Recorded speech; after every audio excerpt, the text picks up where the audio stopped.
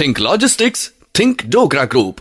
श्रेष्ठ सर्विस और सपोर्ट के साथ साथ चेयरमैन कमल डोगरा की गाइडेंस के अधीन डोगरा ग्रुप ऑफ कंपनीज हैं भारत की leading brand in logistics support and solutions. Dogra group of companies, supporting dream.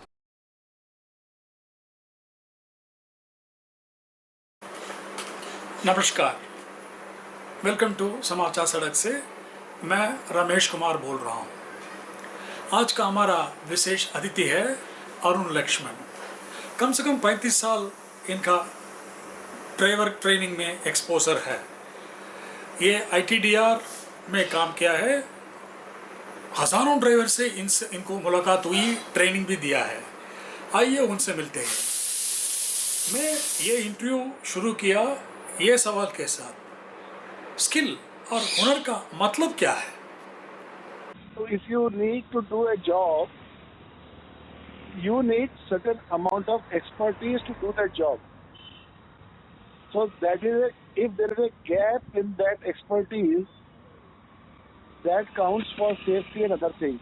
So when I call skill means you should be able to do that job in the manner the job is supposed to be done. So that I call skill. At the moment, as far as driving is concerned, it is either learning self or with the friends.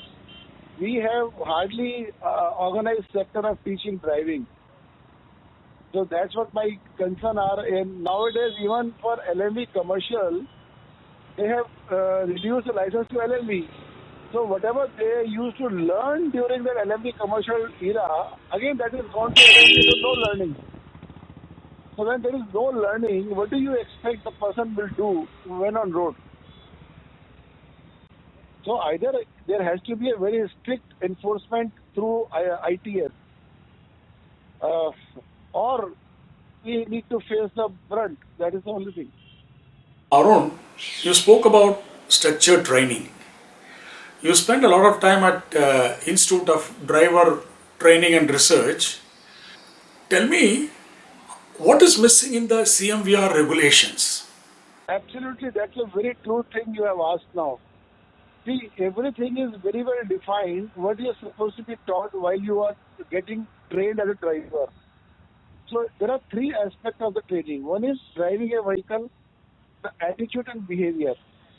Now, no driving school, small driving school probably, is teaching attitudinal and behavioral responses of the driver. And even if you see, even driving training is concerned, they are not able to teach even that in a complete respect. For example, if I need to drive in after say sunset, so I don't. Most driving schools are doing that. So that can be done either on simulator or in actual conditions. Actual conditions, even in CMVR, they don't specify to teach night driving because it's learner. Learner can't be taken into on the road in night time because of skill level differences. So that thing has to be done on simulator so that at least the trainer gets some insight how to drive in night. Similarly in rain or in say inclined planes. These things are very important, which in my opinion is missing in normal driving training in India. Organized ones they have. What is organized or structured training, Arun?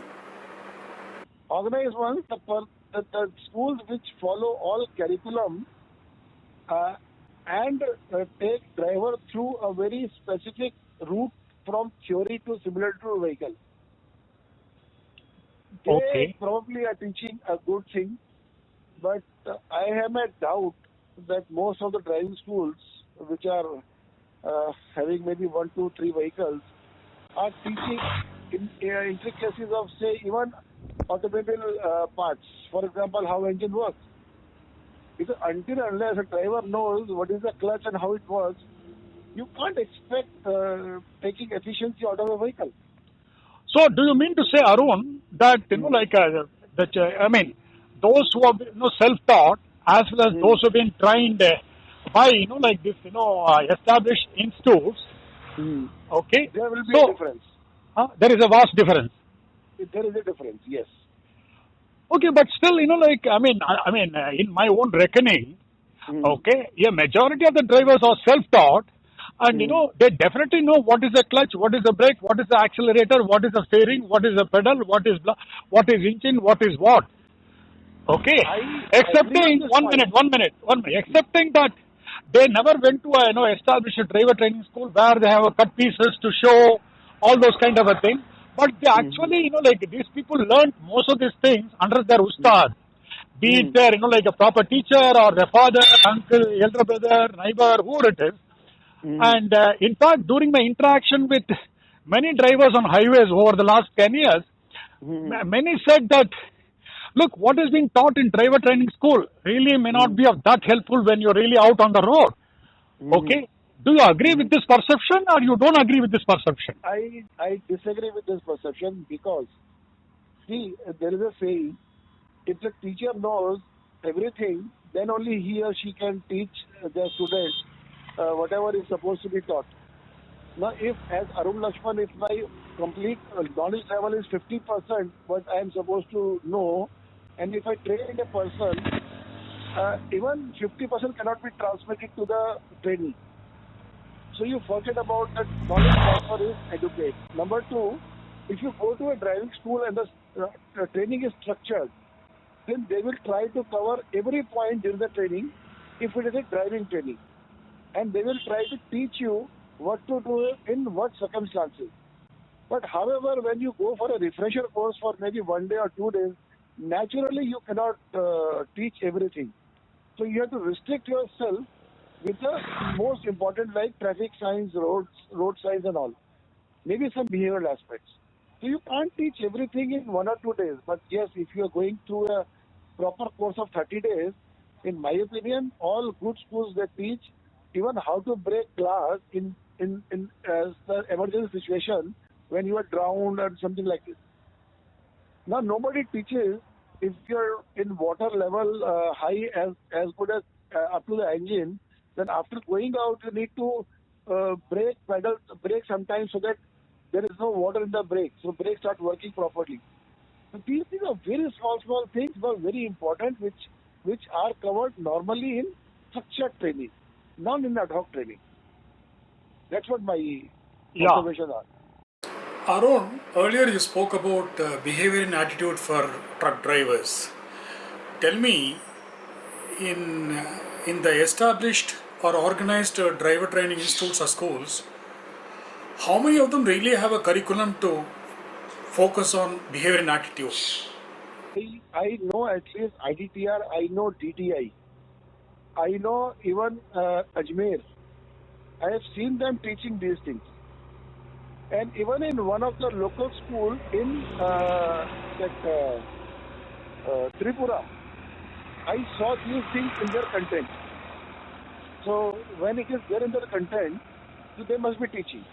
Because I could not attend the whole 30 days or 45 days program over there, but when I saw the content, it was there. So when it is there, they must be covering it. So at least you need to inform the driver that please note these things are important. For example, if there is a road speed of 50 kilometers an hour, you are following a vehicle which is at 50 kilometers an hour, so you are not supposed to overtake. Just keep driving at 50 kilometers an hour. So these things are to be in a very clear manner to a person. Yes, if the front vehicle is driving erratically, sometime at 40, sometime 30, sometime 50, yes, you need to take care and overtake. But overtake with all law, following all laws.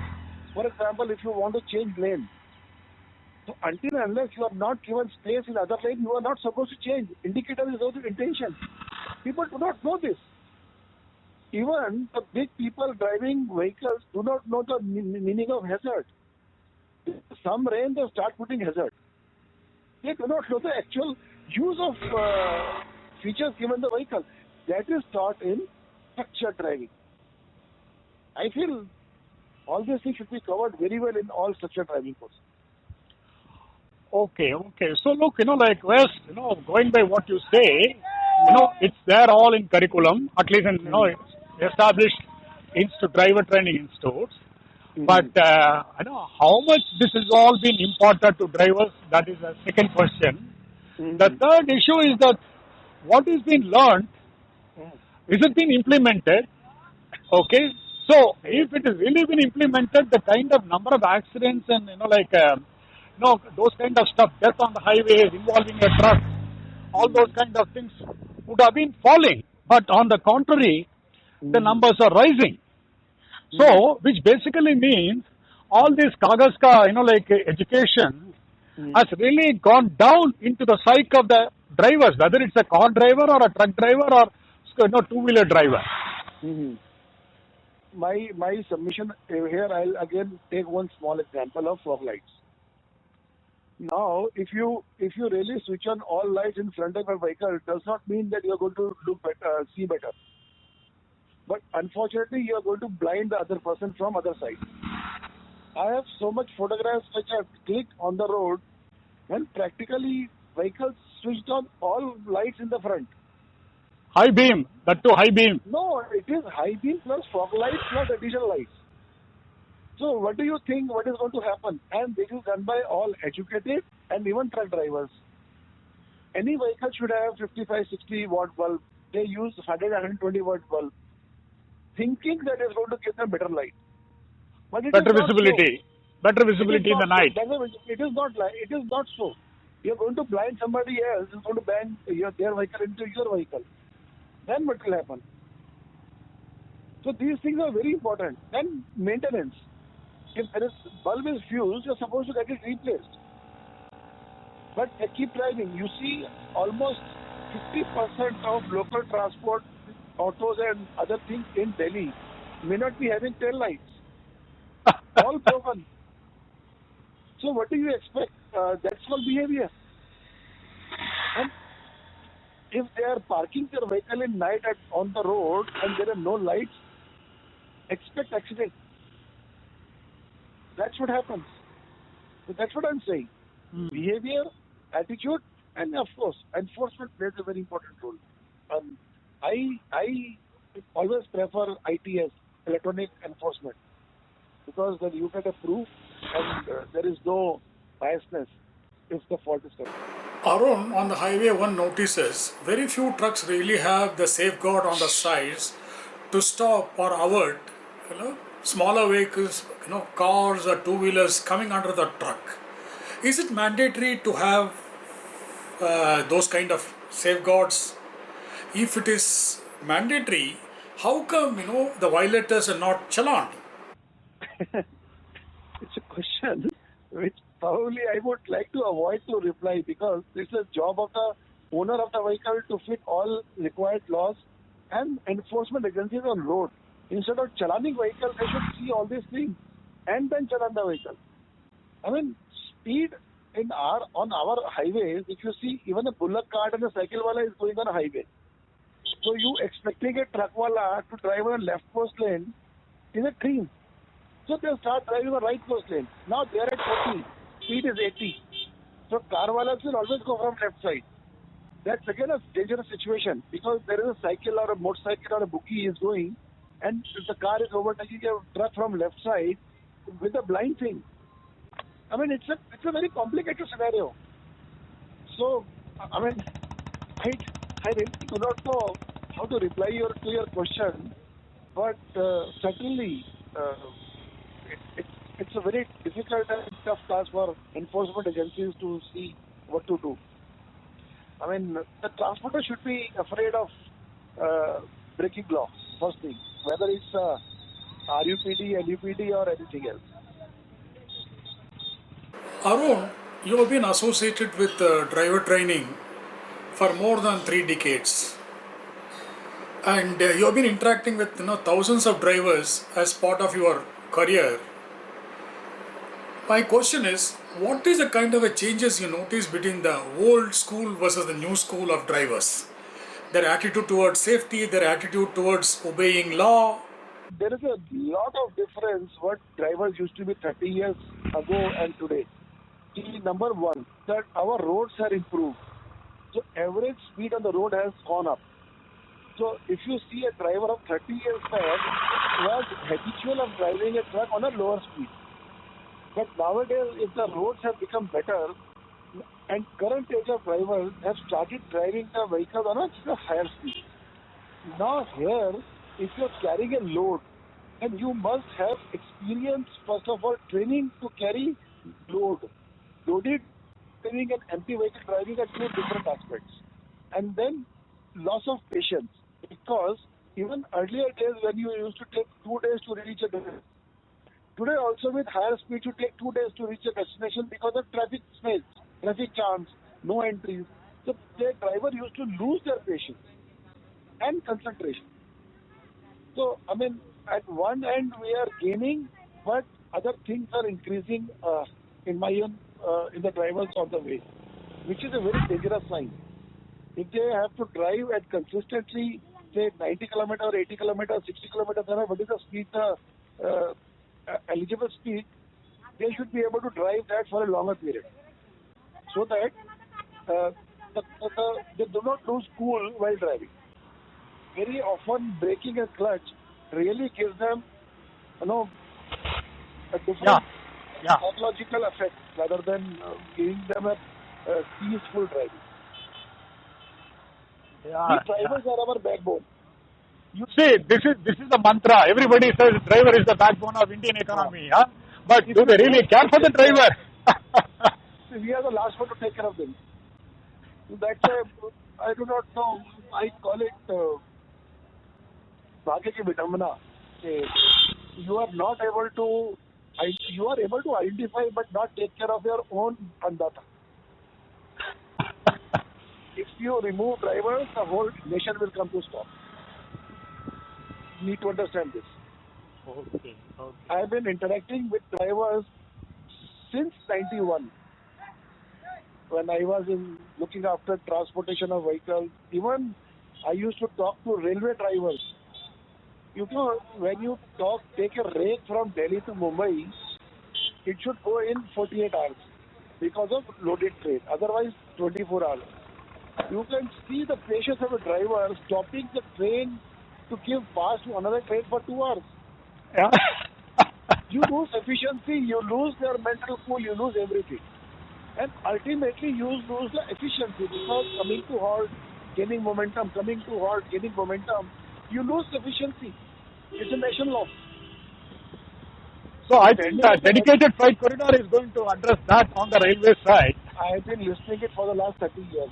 Well, that was Arun Lakshman, transport consultant with Automotive Skill Development Council, talking to us. We'll be back with another episode soon. Keep watching, share, subscribe. Bye bye. Namaskar.